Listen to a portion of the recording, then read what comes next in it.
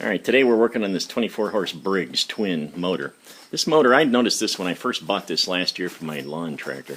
There's some kind of a design flaw. This fin work on top of the shroud is so big that it lets grass through there. And I cleaned it out and cleaned it out and cleaned it out a bunch of times, but I apparently wasn't diligent enough because we were mowing a lawn a couple of weeks ago for a friend, and it froze up on my man Lucas here. It seized up tight. And when I took the shroud off, I found about a bale of hay right there on top of those fins, and it wouldn't work anymore. It wouldn't even start up. It'll start up, but it's only running on that cylinder. And this cylinder over here, you can tell there's something seriously wrong with it. But I took the plugs out and rotated this flywheel a little bit, and you can see that the screwdriver still goes up and down, so it didn't break a connecting rod.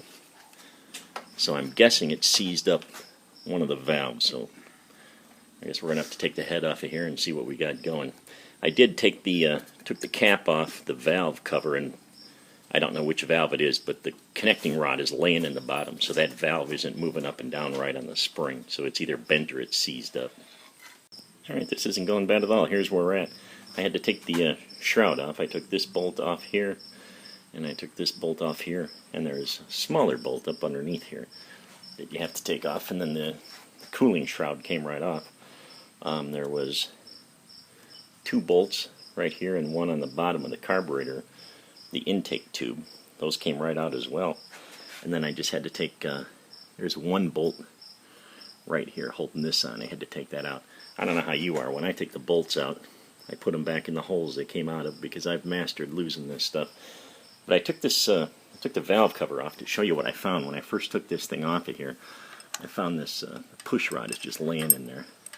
And I'm gonna stop the recording right now, but I'm going to put that push rod back in place and show you what it's doing. I suspect the valve is bent because there's a lot more play in there than there should be.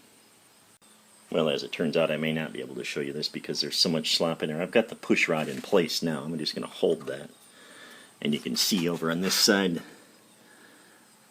where is it? There's like a 1/2 inch gap right there. See, the minute you move it, the push rod falls back off of there. So that valve is obviously bent. I'm going to take the head off, and I'm pretty sure that's what we'll find. And there it is with the head off. Piston doesn't look, piston looks fine. You got a little scratch mark where I had the screwdriver stuck in the spark plug hole before, but that all looked fine. But I laid the other parts out on the tailgate of the truck. Let me show you what happened here. Dang it, I'm afraid this is going to be hard for you to see, but that's exactly what happened. Up on top there is the exhaust valve. This on the bottom is the intake valve, and right there you can see it's bent. There's about a 80 thousandths, maybe 120 thousandths gap there on that side. This was the push rod for that valve. It's nice and straight, but once I got in there, the silver one is the push rod for the exhaust valve, and I'm guessing the reason it didn't bend is because that push rod did. So got 1 bent push rod, so I'm going to need some push rods, and I got 1 bent valve, so I'm going to need a valve. I think a normal person would just buy the whole head. If you're cheap like me, you'll buy a valve and a couple of push rods and spend a lot of time swearing trying to get the thing put together. But we'll see.